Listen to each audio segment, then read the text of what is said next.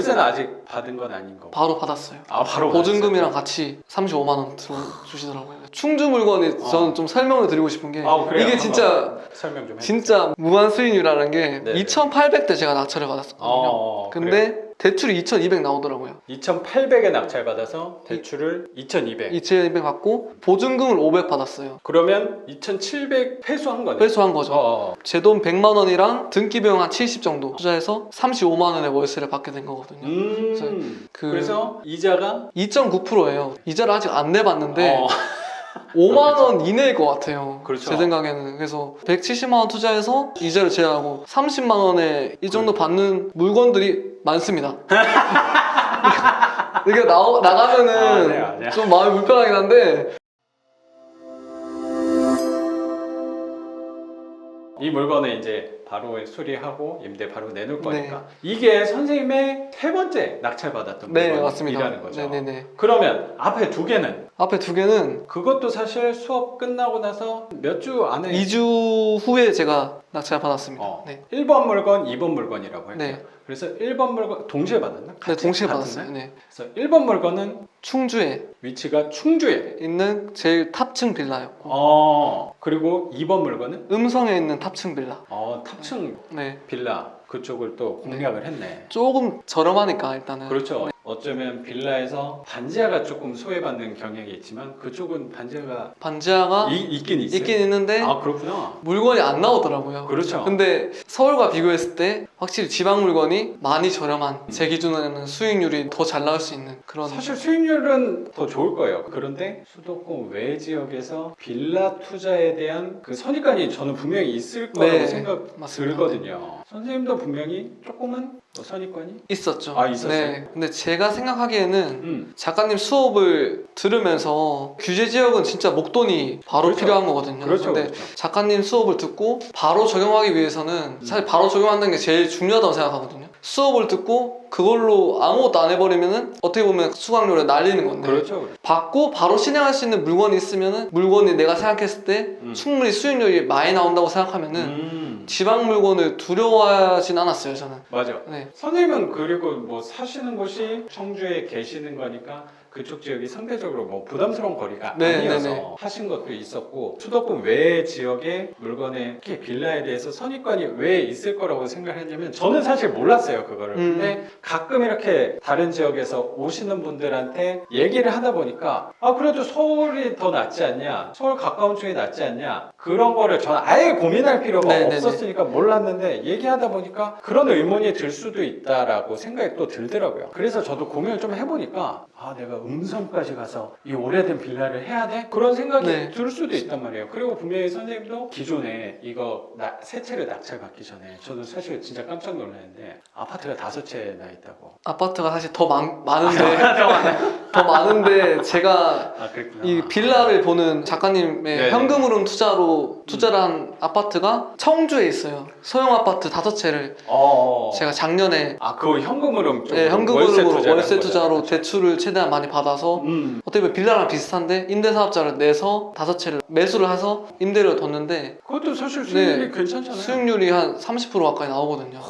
근데 작가님 수업을 듣고 지방 물건, 빌라 물건을 봤는데 수익률이 무한대까지 나오는 그런 물건이 있길래 이거는 대출을 받고 내 돈을 얼마 투자하지 않아도 이만큼 현금으로 만들 수 있으면은 저는 지금 이 부동산 규제가 많은데 이걸 좀 길게 봐야 된다고 생각하거든요. 나중에 규제가 어쨌든 풀릴 거고 그럴 때까지 내가 이 투자를 이어가면서 업으로 삼으면서 진행을 해야 되는데 그동안 그 힘이 돼주잖아요. 그 현금 흐름이 어떻게 보면 맞습니다. 계속 투자하는 걸 중점으로 두고 그런 현금 흐름이 수익이 좋다면은 굳이 안 할 이유가 없다. 맞아요. 저도 선생님하고 정확히 같은 생각을 한 게 나도 지방 물건을 특히 아파트가 아니고 빌라를 한다 그러면 그리고 그 빌라가 또 신축도 아니고 오래된 빌라를 한다 그러면 마음이 불편하다는 생각도 들었는데 제가 이 물건을 투자하는 이유에 대해서 생각을 해보니까 하는 이유 중에 첫 번째가 저는 월세였단 말이에요. 네. 저는 지금까지 서울의 반지하, 서울의 가능성, 가치를 생각하고 한 게 아니고 그냥 나는 월세, 내가 회사를 다니면서 왔다 갔다 할 수 있는 범위 안에서의 월세를 생각하다 보니까 내가 할 수 있는 물건은 그거밖에 없었기 때문에 왔던 거고 그게 시간이 지나니까 좋은 일들이 조금 생겼던 것 뿐인 거지. 첫째는 월세만 보고 당장 내가 회사 월급이 불안하니까 회사가 자꾸 휘청휘청하니까 네. 아 내가 먹고 사는 것 이 밥줄이 조금 걱정이 돼서 했던 게 첫 네. 번째였거든요. 그러면 내 이 현금 흐름 투자의 본질은 뭔가? 그럼 월세 수익률이라는 생각이 정확히 들더라고요. 그래서 수도권 외 지역은 분명히 싸게 살 수 있다면 그리고 수익률이 선생님 말씀하신 대로 막 무한대로 나온다면 내가 안 할 이유가 있을까? 무조건 해야 된다 생각합니다. 라는 생각이 네. 사실 저도 결론에 도달한 것 같아요. 근데 선생님도 마음 정리를 잘 한 다음에 결론을 내려서 바로 바로 했습니다. 행동을 하신 거네. 네. 바로 적용을 할 수 있는 네네네. 부분들 선생님 그 근방에서 할 수 있는 물건들을 네. 찾다가 하루에 두 채가 동시에 낙찰. 도체 낙찰 받았죠. 네. 하나는 충주, 하나는 하나는 음성. 음성. 네. 충주 물건 같은 경우는 기존 채무자분이랑 재계약을 했죠. 음. 네, 월세 계약을 했습니다. 네. 그래요. 바로 재계약을 해서 월세는 아직 받은 건 아닌 거고. 바로 받았어요. 아 바로 보증금이랑 같이 35만 원 주시더라고요. 충주 물건이 저는 좀 설명을 드리고 싶은 게 아, 그래요? 이게 진짜 한번 설명 좀 해주세요. 진짜 무한 수익률이라는 게 네네. 2,800대 제가 낙찰을 받았었거든요. 그래요? 근데 대출이 2,200 나오더라고요. 2,800에 낙찰 받아서 대출을 2,200. 2,200 받고 보증금을 500 받았어요. 그러면 2,700 회수한 거네. 회수한 거죠. 어. 제 돈 100만 원이랑 등기 비용 한 70 정도 투자해서 35만 원의 월세를 받게 된 거거든요. 그래서 이자가 2.9%예요. 이자를 아직 안 내봤는데 어. 5만 원 이내일 것 같아요. 그렇죠. 제 생각에는. 그래서 170만 원 투자해서 이자를 제외하고 30만 원에 이 정도 받는 물건들이 많습니다.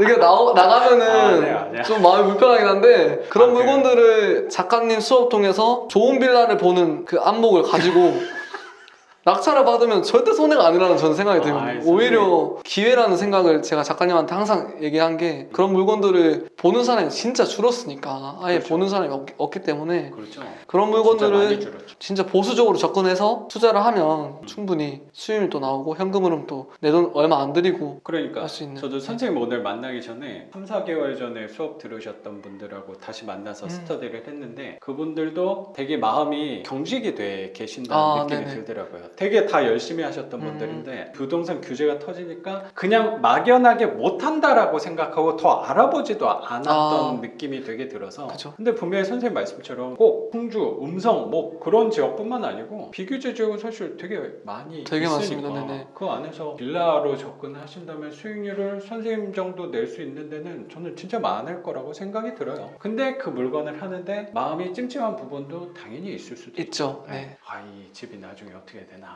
이거 나중에 처분도 못하면 어떻게나에 대한 두려움도 분명히 생길 수도 있는데 선생님은 마음 정리를 그래도 그렇죠. 잘 결정을 내리신 거라고 생각이 또 드네요. 저는 서울도 낙찰 받았고 지방도 무건 낙찰 받았는데 지방 같은 경우는 인테리어를 좀 더 신경을 쓸 생각입니다. 왜냐면은 좀 서울은 접근 방법을 전략을 다 짜놨네요. 서울은 이게 수요가 없을 수가 없는 지역이기 때문에 적당히 기본만. 기본만 해도 이건 그렇죠. 충분히 사람이 들어올 것 같거든요. 근데 지방 물건은 확실한 이렇게 임대에 대한 걱정을 좀 덜려고 하면은 네네. 비용을 좀 들이더라도 제대로 네. 하는 방향으로 저는 지금 생각을 하고 있거든요. 음. 물론 위치적인 부분은 일단 낙찰받기 전에 접근을 하고 들어가지만 부가적으로 싸게 낙찰받은 만큼 그만큼 수리를 좀 더 깔끔하게 하겠다.